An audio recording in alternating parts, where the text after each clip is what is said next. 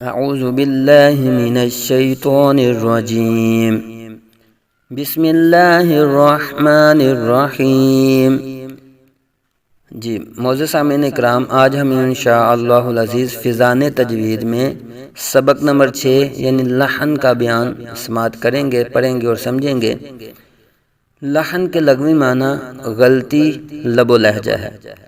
اصطلاحی معنی تو اصطلاحی قراء میں یعنی قراء قاری کی جمع ہے، تو جو اکابرین قراء حضرات ہیں ان کی اصطلاح میں لحن سے مراد قرآن کریم کو تجوید کے خلاف پڑھنا ہے۔ قرآن کریم کو تجوید کے خلاف پڑھنا یہ لحن کے اصطلاحی معنی ہے۔ لحن کی اقسام کتنی ہیں؟ تو لحن کی 2 اقسام ہیں۔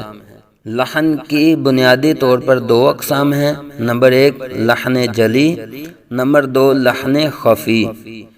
جی لحن جلی، اس کی تعریف اور اس کا حکم کیا ہے؟ لحن جلی بری اور ظاہری غلطی کو کہتے ہیں۔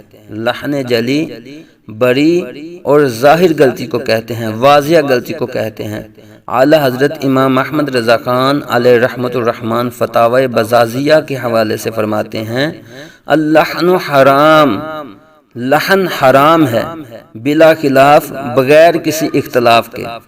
یعنی کہ جتنے بھی مکتب فکر کے ہیں، دینی لحاظ سے، مذہبی لحاظ سے، مسلکی لحاظ سے جتنے بھی مکتب فکر کے لوگ ہیں متفق ہے کہ لحن جلی یہ حرام ہے۔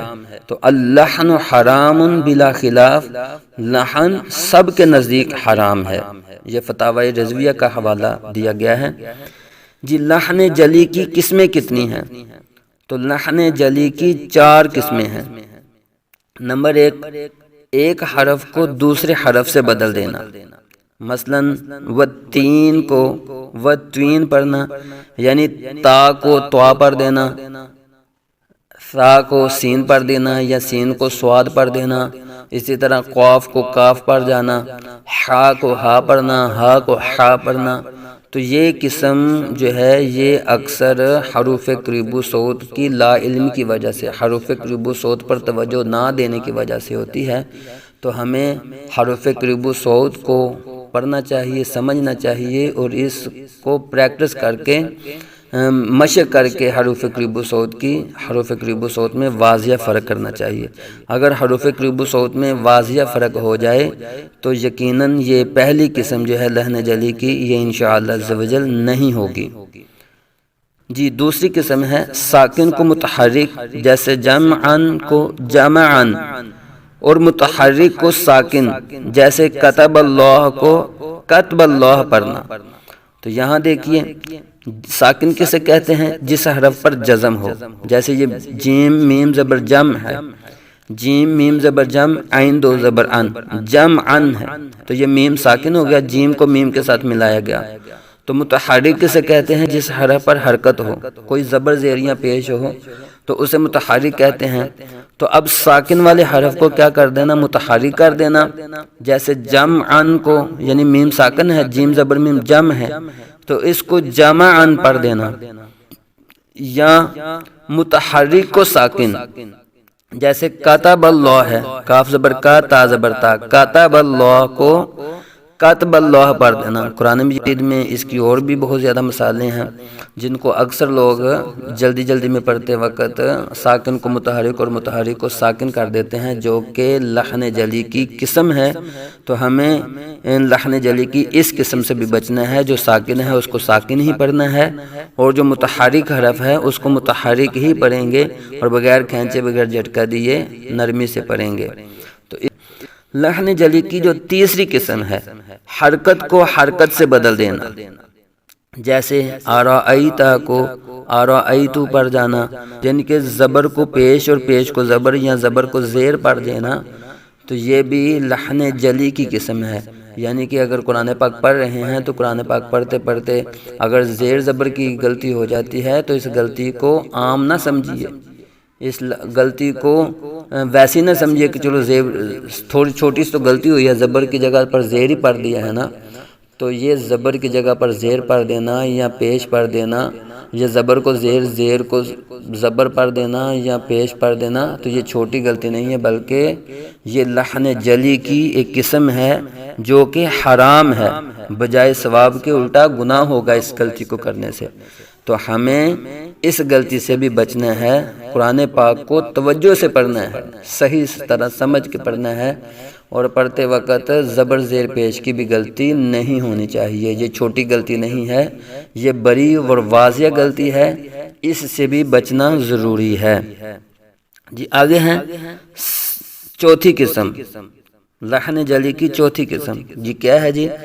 کسی حرف کو بڑھا دینا، جیسے خلقہ کو خلقا، یا گھٹا دینا، جیسے لم یولد کو لم یولد پڑھ دینا۔ تو لم یولد نہیں ہے، بلکہ لم یلد ہے، اور ولم یولد، یا واو مدہ ہو رہا ہے، تو یہاں جو ہے وہ ایک الف تک کھینچ کے پڑھیں گے۔ تو اسی طرح حرف کو بڑھانا، جیسے خلقہ، اب یہ متحرک حرف ہیں تینوں، بغیر کھینچے بغیر جھٹکا دیے، تو خلقہ میں نہ خا کو یا خالقہ یا خلقہ پڑھنا یہ لحن جلی ہے، اس کو بڑھانا یا گٹھانا نہیں ہے، بلکہ خلقہ کو خلقہ ہی پڑھیں گے، خلقہ نہیں پڑھیں گے۔ اگر خلقہ کو خلقہ پڑھا تو یہ لحن جلی ہو جائے گی۔ اس طرح میں سورہ اخلاص پڑھ رہی ہوں تو اکثر بچوں کو دیکھا جاتا ہے وہ لم یلد ولم یولد کہہ جاتے ہیں، تو ولم یلد تو ٹھیک ہے، لیکن ولم یولد ہے، ٹھیک ہے جی؟ تو یہاں واو مدہ ہو رہا ہے، لم یولد کہیں گے۔ تو اگر لم یولد پڑھا تو یہ لحن جلی ہو رہی ہوگی۔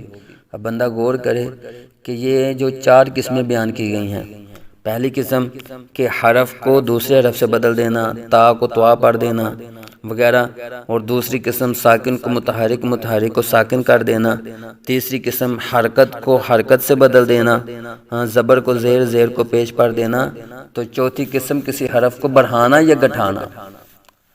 تو یہ دیکھیے چاروں قسمیں، اگر ہم قرآن پاک پڑھ رہے ہوں تو تلاوت قرآن پاک کے دوران اگر یہ غلطیاں ہو رہی ہیں تو غور کر لیں کہ ہمیں تجوید کی کتنی ضرورت ہے، علم و تجوید کی، تجوید کا علم حاصل کرنے کی، یا کسی اچھے قاری صاحب کے پاس بیٹھ کر جس کو تجوید کا علم ہو، جو قاعدہ پڑھنا پڑھانا جانتا ہو، اس کے پاس بیٹھ کر سیکھنے کی کتنی ضرورت ہے۔ اس لیے تو نبی اکرم نور مجسم صلی اللہ علیہ وسلم کا فرمان ہے کہ تم میں سے بہترین وہ ہے جو قرآن پاک کو سیکھتا ہے اور پھر دوسروں کو سکھاتا ہے۔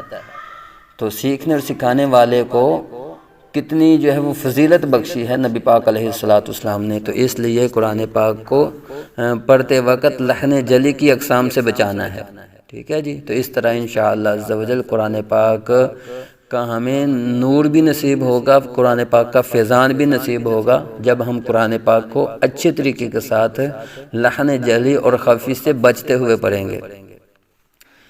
جی تو یہ تو تھا لحن جلی اور اس کی اقسام اور اس کی تعریف وغیرہ اور اس کا حکم۔ آگے ہے لحن خفی، اس کی تعریف کیا ہے، اس کا حکم کیا ہے؟ تو لحن خفی چھوٹی اور پوشیدہ غلطی کو کہتے ہیں، لحن جلی بڑی اور واضح غلطی کو کہتے ہیں، جبکہ لحن خفی جو ہے یہ چھوٹی اور پوشیدہ غلطی کو کہتے ہیں، یعنی ان قواعد کا ترک کر دینا جو تحسین حروف سے تعلق رکھتے ہوں، حروف کی خوبصورتی سے تعلق رکھتے ہوں۔ لحن خفی سے معنی فاسد یعنی بگڑتے نہیں ہیں، لحن خفی جو ہوتی ہے اس سے معنی فاسد نہیں ہوتے۔ لحن خفی مکروہ ہے، شرعاً اس غلطی سے بچنا مستحب ہے۔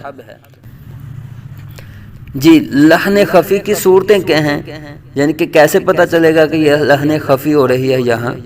تو لحن خفی صفات عارضہ میں غلطیاں کرنے سے پیدا ہوتی ہے، یعنی کہ جو حروف کے اندر جو صفات پائی جاتی ہیں، پر پڑھنے کی، باریک پڑھنے کی، ادغام، اقلاب، اخفا وغیرہ کی، مدات وغیرہ کی جو غلطیاں ہوتی ہیں، تو یہ ساری غلطیاں لحن خفی کہلاتی ہیں۔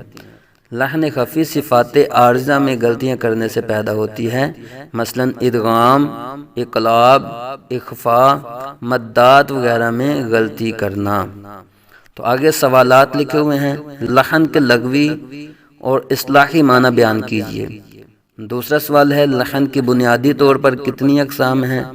تیسرا سوال ہے لحن جلی کا لغوی اور اصطلاحی معنی اور حکم بیان کیجیے۔ چوتھا سوال ہے لحن جلی کن کن صورتوں میں واقع ہوتی ہے، مثالیں دے کر وضاحت کیجیے۔ نمبر 5 ہے لحن خفی کا لغوی اور اصطلاحی معنی اور حکم بیان کیجیے۔ جی نمبر 6 ہے، چھٹا سوال ہے لحن خفی کن کن صورتوں میں ہوتی ہے، کوئی مثال دے کر واضح کیجیے۔ تو یہ جو 6 سوال ہیں، میں آپ سے گزارش کروں گا کہ مجھے کمنٹس میں بھی آپ اس کا جواب دے سکتے ہیں۔ دیکھیں اس ویڈیو کو دیکھیں بار بار، تو دیکھ کر آپ مجھے کمنٹس میں اس کا جواب دے سکتے ہیں۔ اللہ پاک آپ کو برکتیں عطا فرمائے۔ اللہ پاک نور قرآن سے ہمارے دلوں کو، ہمارے سینوں کو، ہمارے ظاہر کو، ہمارے باطن کو مزین و منور فرمائے۔ آمین بجاہ النبی الامین صلی اللہ علیہ وآلہ وسلم۔